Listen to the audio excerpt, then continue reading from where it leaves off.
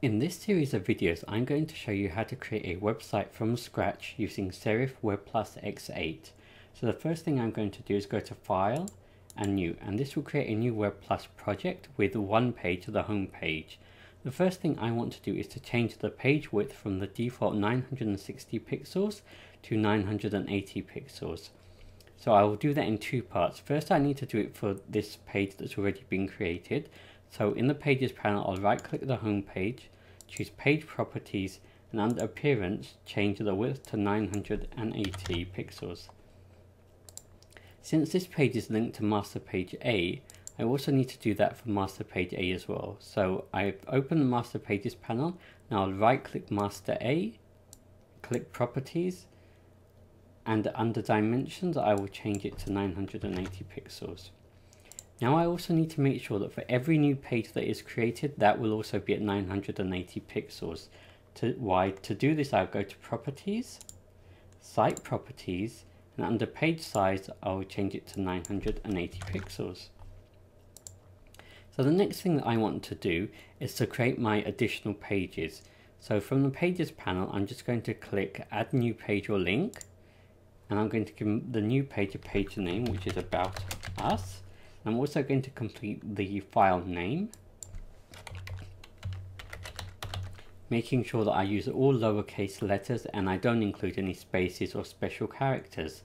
Now also under navigation options, you'll notice it says include page in site navigation. So when we create a menu, this page will be included in that menu. And for some pages I won't want this, and I'll show you that when I come to them. So I click OK to create that page, and then I create the next page, which is Services. It's important to give the file name a meaningful name that is relevant to your content, because it will be used for search engine optimization purposes for search engines like Google and Bing. So it's always good to have that a nice relevant file name. I just click OK and create the next page.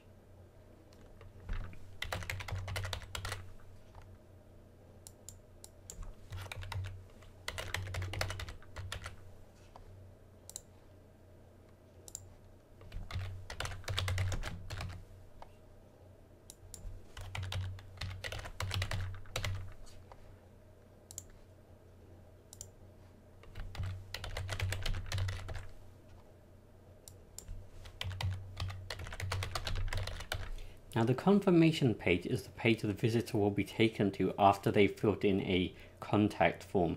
So this is the type of page that we don't want included in our menu. So again, under navigation options, we're going to change it from include page in site navigation to exclude page from site navigation. We'll just click OK. And I'm going to do another 2 pages.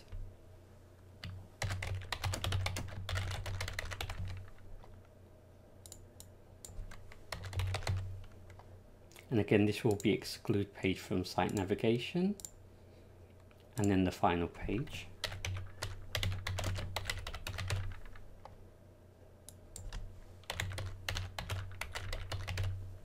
And again, this will also be excluded from our site navigation. And I'm going to click OK. And as you can see, all of our pages have been created. You can see the ones that will be included in our site navigation have this purple color, and those that won't be included have this sort of grayish grayed out color. So the next thing I want to do is to create some margins and some columns using the guides. So let's go ahead and create some margins by going to Properties, Site Properties, and Margins. And I'm going to have the margins on either side of the page to be 10 pixels. So under left, I'll just put in 10, and then I can just click Balance Margins, so they will always be the same on either side. We also want to have 3 columns to help with layout and to make it look more visually appealing for the user. So I'm going to change the columns to 3, and in between each column I want a gap of about 30 pixels. So I'll just change the column gap to 30 pixels and click OK. And as you can see, I've got these layout guides which are dotted, and also the margins which are solid on the left and right side. So all of our content is pretty much either going to go into one of these columns, both of these columns, or use the whole width of the page. And the next thing I want to do is to add a guide which will run all the way down the center of the page, just so that I always know where the center of the page is. Now I can't do that from site properties. I can do it for every individual page, or I can actually just do it on the master page A, and every page that there's a link to that master page will show that guide. So I'm just going to right click master A, properties, and under guides I'm going to add a vertical guide which is going to be 490 pixels from the left, so it'll be straight down the middle. Now once you enter the number, it's important to click add, because sometimes I forget, I just click OK and it doesn't add it. So you click add, then click OK, and if you click master A, you can see there's a guide, and it will also be on all the other pages, just like that. Okay, so the next thing I want to do is to set up the colors that I'm going to use in this website. So you can do that using the color scheme designer. I'm going to go to tools and color scheme designer, and here I'm going to enter all the colors that I will be assigning to text, to hyperlinks, and to panels that I will be creating. So the first color is going to be white, so I can leave that. For the second color, I want something different.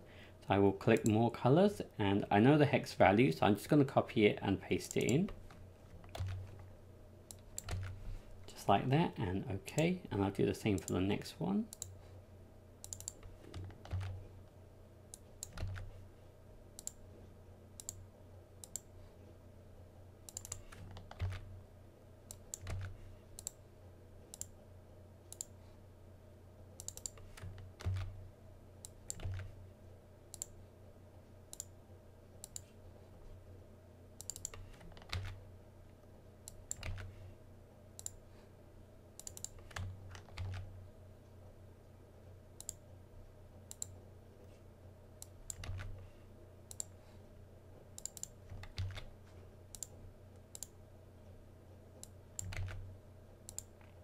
These three I won't be using, so I'm just going to make them white.